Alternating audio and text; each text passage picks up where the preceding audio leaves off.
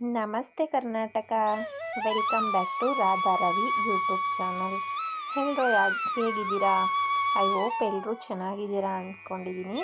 ಭಾನುವಾರದ ಕತೆ ನಿಮ್ಮ ಜೊತೆ. ಆ್ಯಕ್ಚುಲಿ ಭಾನುವಾರ ನಮಗೆ ಕೊರಟಗೆರೆಯಲ್ಲಿ ಒಂದು ಮದುವೆ ಇತ್ತು. ಸೊ ಹಾಗಾಗಿ ಮದುವೆಗೆ ಹೋಗಿ ಅಲ್ಲಿಂದ ನೆಕ್ಸ್ಟು ನಾನು ಇಷ್ಟು ವರ್ಷದಲ್ಲಿ ಆ ಪ್ಲೇಸೇ ನೋಡಿರಲಿಲ್ಲ. ಆ ಪ್ಲೇಸ್ ಯಾವುದು ಅಂತೇಳಿ ಮುಂದೆ ಹೇಳ್ತೀನಿ. ನಾನು ಇಷ್ಟು ವರ್ಷ ಆಗುತ್ತೆ ತುಮಕೂರಲ್ಲೇ ಹುಟ್ಟಿ ಬೆಳೆದಿದ್ರು ಸಹ ಆ ಪ್ಲೇಸೇ ನೋಡಿರಲಿಲ್ಲ. ನನಗೆ ಒಂಥರ ಅನ್ನಿಸ್ತಾಯಿತ್ತು, ನಾವು ಇಲ್ಲೇ ಹುಟ್ಟಿ ಇಲ್ಲೇ ಬೆಳೆದು ಈ ಪ್ಲೇಸ್ ನೋಡಿಲ್ವಲ್ಲ ಅಂತೇಳಿ.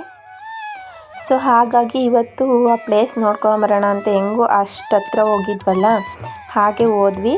ನಾವು ಹೋಗ್ತಾ ನೋಡಿ ಸುತ್ತ ಹಸಿರು ಬೆಟ್ಟ ಗುಡ್ಡ ಎಲ್ಲ ತುಂಬ ಚೆನ್ನಾಗಿತ್ತು. ಹೊಲಗಳೆಲ್ಲ ತುಂಬ ಹಚ್ಚ ಹಸಿರಾಗಿ ಕಾಣ್ತಾ ಇದ್ವು.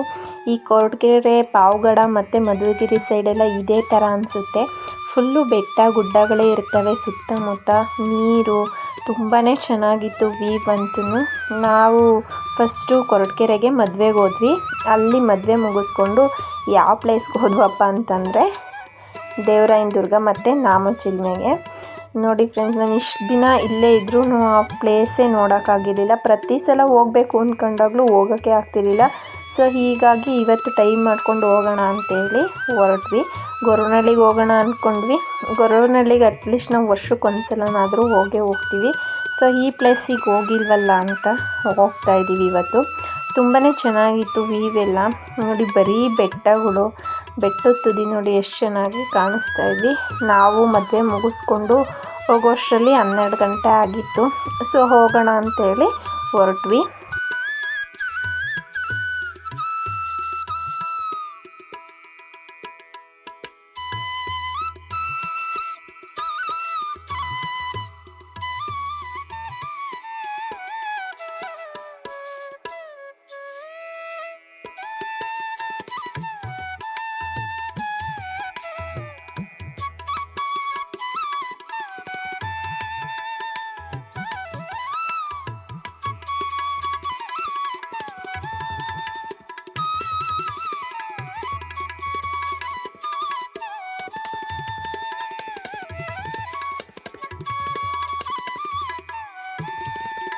ಹೋಗ್ತಾ ದಾರಿನಲ್ಲೆಲ್ಲ ಚಿಕ್ಕ ಚಿಕ್ಕ ಜರಿಗಳ ಥರ ನೀರು ಹರಿತಾ ಇತ್ತು. ನೋಡೋಕ್ಕಂತೂ ತುಂಬಾ ಚೆನ್ನಾಗಿತ್ತು.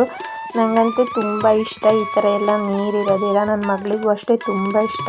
ನೋಡಿ ನಾವು ಹೋಗ್ತಾ ಒಂದು 5-6 ಕಡೆ ಈ ಥರ ಎಲ್ಲ ಸಿಕ್ತು. ನೆಕ್ಸ್ಟ್ ಅಲ್ಲಿಂದ ದೇವರಾಯನ ದುರ್ಗ ಬೆಟ್ಟಕ್ಕೆ ಅಂತೇಳಿ ಹೋಗ್ತಾ ಇದ್ವಿ. ನನಗೆ ಇಲ್ಲಿ ಹೋಗ್ತಾ ಏನು ಅನ್ನಿಸ್ತು ಅಂತಂದರೆ, ಈ ಧರ್ಮಸ್ಥಳ ಕುಕ್ಕೆ ಸುಬ್ರಹ್ಮಣ್ಯ ಸೈಡ್ ಹೋದರೆ ಇರುತ್ತಲ್ಲ ಗ್ರೀನ್ರಿ ಮತ್ತು ಆ ಥರ ಆಳ ಪ್ರಪಾತಗಳು, ಆ ಥರನೇ ಕಾಣಿಸ್ತಾ ಇತ್ತು. ವ್ಯೂ ಎಲ್ಲ ಅಂತೂ ತುಂಬಾ ಚೆನ್ನಾಗಿತ್ತು. ಸೊ ನಾವು ಅಲ್ಲಿಂದ ಹೊರಟ್ವಿ.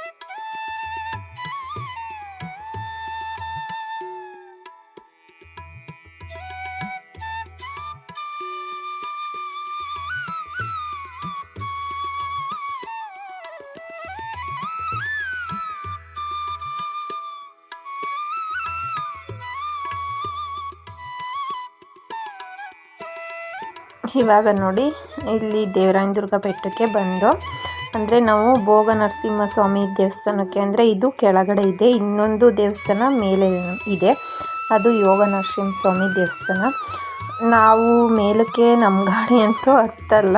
ಸೊ ಹಾಗಾಗಿ ಮೇಲಕ್ಕೇನು ಹೋಗಲಿಲ್ಲ. ನಾವು ಇಲ್ಲೇ ಕೆಳಗಡೆ ಭೋಗ ನರಸಿಂಹ ಸ್ವಾಮಿ ದೇವಸ್ಥಾನ ನೋಡ್ಕೊಂಡು ಹೋಗೋಣ ಅಂತೇಳಿ ಹೋದ್ವಿ. ಸಂಡೇ ಆಗಿರೋದ್ರಿಂದ ತುಂಬಾ ರಶ್ ಇತ್ತು. ಸೊ ಹಾಗೂ ಹಿಂಗೂ ಕ್ಯೂನಲ್ಲಿ ನಿಂತ್ಕೊಂಡು ದೇವ್ರ ದರ್ಶನ ಅಂತೂ ತುಂಬ ಚೆನ್ನಾಗಾಯಿತು. ತುಂಬ ಚೆನ್ನಾಗಿ ದೇವ್ರ ಅಲಂಕಾರ ಎಲ್ಲ ಮಾಡಿದರು. ನೀವು ನೋಡಿ ದೇವ್ರು ಕಾಣಿಸುತ್ತೆ ಒಂದು ಸಲ.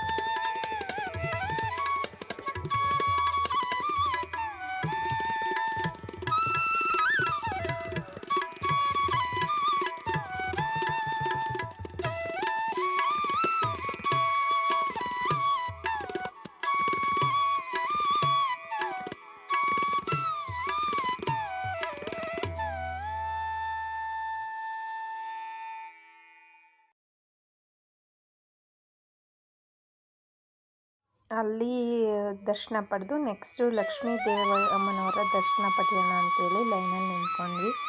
ನಮ್ಮನೆಯವರು ನನ್ನ ಮಗಳು ಏನು ಬರಲಿಲ್ಲ, ತುಂಬ ರಶ್ ಇತ್ತು, ಲೇಟ್ ಆಗುತ್ತೆ ಅಂದ್ಕೊಂಡು ಸರಿ ನಾನು ಕ್ಯೂನಲ್ಲಿ ಹೆಂಗೂ ನಿಂತಿದ್ದೆ ಅಂತೇಳಿ ಹೋಗಿ ಅಲ್ಲಿ ದರ್ಶನ ಎಲ್ಲ ಮಾಡಿಕೊಂಡು ಅಲ್ಲೆಲ್ಲ ಫೋಟೋ ತೆಗಿಯೋಂಗಿರಲಿಲ್ಲ, ಸೊ ಫೋಟೋ ತಗೊಂಡಿಲ್ಲ. ನೆಕ್ಸ್ಟು ನೋಡಿ ಬೆಟ್ಟ ಎಲ್ಲ ತುಂಬ ಚೆನ್ನಾಗಿ ಎಲ್ಲಿ ತುದೀಲಿ ಕಾಣಿಸ್ತಾ ಇದೆಯಲ್ಲ ಅದೇ ಯೋಗ ನರಸಿಂಹಸ್ವಾಮಿ ದೇವಸ್ಥಾನ.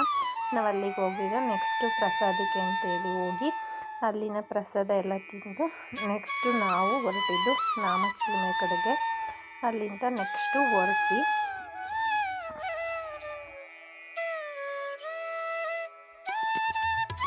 ಅಲ್ಲಿಂದ ಇನ್ನೇನು ನಿಯರೇ ಆಗುತ್ತೆ.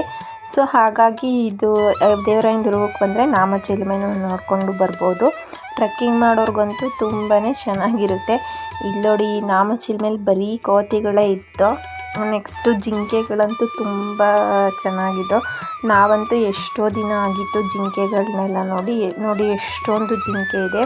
ಆ ಕಡೆ ಅಂತೂ ಫುಲ್ಲು ಜಿಂಕೆಗಳಿದ್ವಿ. ಇದು ಜಿಂಕೆವನ ಅಂತಲೇ ಕರೀತಾರೆ. ಸೊ ನೋಡಿ, ಯಾರಾದರೂ ನೋಡಿಲ್ಲ ಅಂತಂದರೆ ನೋಡಿ ಜಿಂಕೆಗಳು ಎಷ್ಟೊಂದಿದೆ.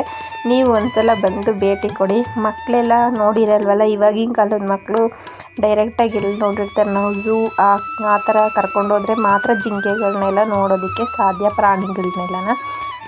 ಇದೀಗ ಒಂದ್ಸಲ ಕರ್ಕೊಬಂದು ತೋರಿಸಿ ನೋಡಿ, ಜಿಂಕೆಗಳು ಎಷ್ಟೊಂದಿದೆ.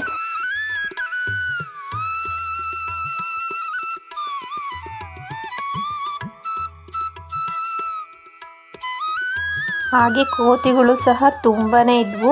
ನಮ್ಮನ್ನೇನು ಒಳಗಡೆ ತಗೊಂಡೋಗೋದಕ್ಕೆ ಬಿಡಲ್ಲ. ಒಂದು ಕವರು ಸಹ ಅಲ್ಲೇ ಸೆಕ್ಯೂರಿಟಿ ಅವರು ಇಸ್ಕೊತಾರೆ. ಯಾಕೆಂದರೆ ಕೋತಿಗಳು ಏನೂ ಬಿಡಲ್ಲ, ಎಲ್ಲ ಕಿತ್ಕೊತವೆ ಅನಿಸುತ್ತೆ.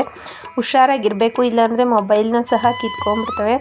ಅಂದರೆ ಯಾರಿಗೂ ಹಂಗೆ ಮಾಡಿರಲಿಲ್ಲ, ಪಾಪ ಅವ್ರ ಪಾಡಿಗೆ ಅವರು ಆಟ ಆಡ್ಕೊತಾ ಇದ್ರು. ನೆಕ್ಸ್ಟ್ ಬಂದಿದ್ದು ನಾವು ನಾಮಚಿಲುಮೆ, ಅದು ನೀರಿನ ಬುಗ್ಗೆ ಇದೆಯಲ್ಲ ಅಲ್ಲಿಗೆ. ಅಂದರೆ ಸೀತೆ, ರಾಮ ಮತ್ತು ಲಕ್ಷ್ಮಣ ವನವಾಸಕ್ಕೆ ಬಂದಾಗ ರಾಮಂಗೆ ತಿಲಕ ಇಟ್ಕೊಳ್ಬೇಕು ಅನ್ನೋ ಸಂದರ್ಭ ಬಂದಾಗ ಅವರು ಬಾಣದಿಂದ ಬಿಟ್ಟು ಒಂದು ನೀರು ಚಿಲುಮೆ ಥರ ಬಂದಿದೆ ಅಂತೇಳಿ ಪ್ರತೀತಿ ಇದೆ. ನೀರಂತೂ ತುಂಬಾ ಕ್ಲಿಯರಾಗಿತ್ತು. ಅದು ಎಲ್ಲಿಂದ ಬರ್ತಾಯಿದೆ, ಹೇಗೆ ಬರ್ತಾಯಿದೆ ಅಂತ ಗೊತ್ತಿಲ್ಲ. ಒಟ್ಟಿನೊಳಗೆ ತುಂಬ ಸ್ವೀಟಾಗಿತ್ತು ನೀರು. ನಾವು ಅಲ್ಲಿ ನೋಡಿ ಮತ್ತು ಕುಡಿದ್ವಿ ನೀರೆಲ್ಲ. ತುಂಬ ಸ್ವೀಟಾಗಿತ್ತು. ಬಟ್ ಅದು ಹೆಂಗೆ ಬರ್ತಾಯಿದೆ, ಎಲ್ಲಿಂದ ಬರ್ತಾಯಿದೆ ಅಂತ ಹೇಳಿ ಯಾರಿಗೂ ಗೊತ್ತೇ ಇಲ್ಲ ಅನಿಸುತ್ತೆ. ಇದುವರೆಗೂ ಯಾರಿಗೂ ಕಂಡುಹಿಡಿಯೋಕ್ಕೂ ಆಗಿಲ್ಲ ಅನಿಸುತ್ತೆ. ನೋಡಿ ಎಷ್ಟು ಚೆನ್ನಾಗಿ ನೀರೆಲ್ಲ ಹರಿದು ಬರ್ತಾಯಿದೆ.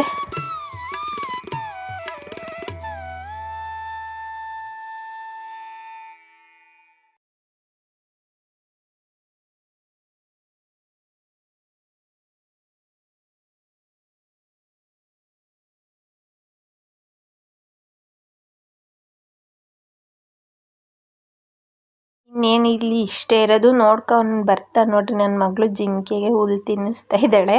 ನಾವೆಲ್ಲ ಪಕ್ಕದಲ್ಲಿ ಇತ್ತಲ್ಲ ಕಿತ್ಕೊಟ್ಟು. ಆ್ಯಕ್ಚುಲಿ ಆ ಕಡೆ ಹೋಗಂಗಿಲ್ಲ, ಆದರೂ ಎಲ್ಲರೂ ಜಿಂಕೆಗೆ ಅಂತೇಳಿ ಹುಲ್ಲು ಕೊಡ್ತಾಯಿದ್ರು. ನನ್ನ ಮಗಳು ಕೊಡ್ತೀನಿ ಅಂದ್ಲು. ಸರಿ ಕೊಡಮ್ಮ ಅಂತೇಳಿ ಕೊಟ್ವಿ. ನೆಕ್ಸ್ಟ್ ಮುಗಿಸ್ಕೊಂಡು ನಾವು ಊರ ಕಡೆ ಹೊರಟ್ವಿ. ಇವತ್ತಿನ ವಿಡಿಯೋ ಇಷ್ಟ ಆಗಿತ್ತು. ನೀವು ಒಂದ್ಸಲ ಖಂಡಿತ ನಿಮ್ಮ ಫ್ಯಾಮಿಲಿ ಎಲ್ಲ ಹೋಗಿ ವಿಸಿಟ್ ಮಾಡಿ ಬನ್ನಿ. ಒನ್ ಡೇ ಟ್ರಿಪ್ ಥರ ಇರುತ್ತೆ.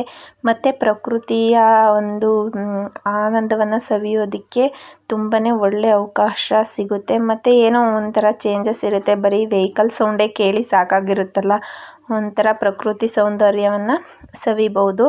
ನಾವು ಅದನ್ನೆಲ್ಲ ಮುಗಿಸ್ಕೊಂಡು ಊರ ಕಡೆ ಹೊರಟೋ. ಪ್ಲೀಸ್ ವಿಡಿಯೋ ಇಷ್ಟ ಆದರೆ ಶೇರ್ ಮಾಡಿ, ಕಮೆಂಟ್ ಮಾಡಿ, ಹೇಗಿತ್ತು ಅಂತ ತಿಳಿಸಿ. ಪ್ಲೀಸ್ ಇನ್ನೂ ಯಾರು ನನ್ನ ಚಾನಲ್ನ ಸಬ್ಸ್ಕ್ರೈಬ್ ಮಾಡ್ಕೊಂಡಿಲ್ಲ ಅಂತಂದರೆ ಸಬ್ಸ್ಕ್ರೈಬ್ ಮಾಡ್ಕೊಳ್ಳಿ. ಬಾಯ್.